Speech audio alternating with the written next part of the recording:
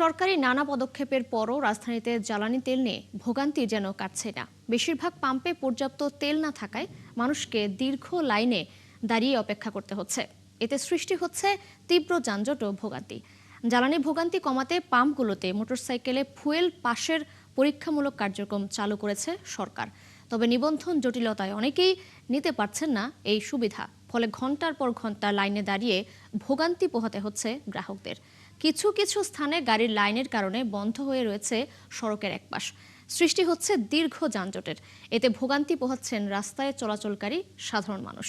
এদিকে পাম্প মালিকদের অভিযোগ, ডিপো থেকে রেশনিং পদ্ধতিতে সরবরাহের কারণে চাহিদা মতো তেল দেয়া যাচ্ছে না। অপরদিকে সরবরাহ সংকটে ভোগান্তি বাড়ছে এলপিজি গ্যাস ও সিএনজি চালিত যানবাহনেও।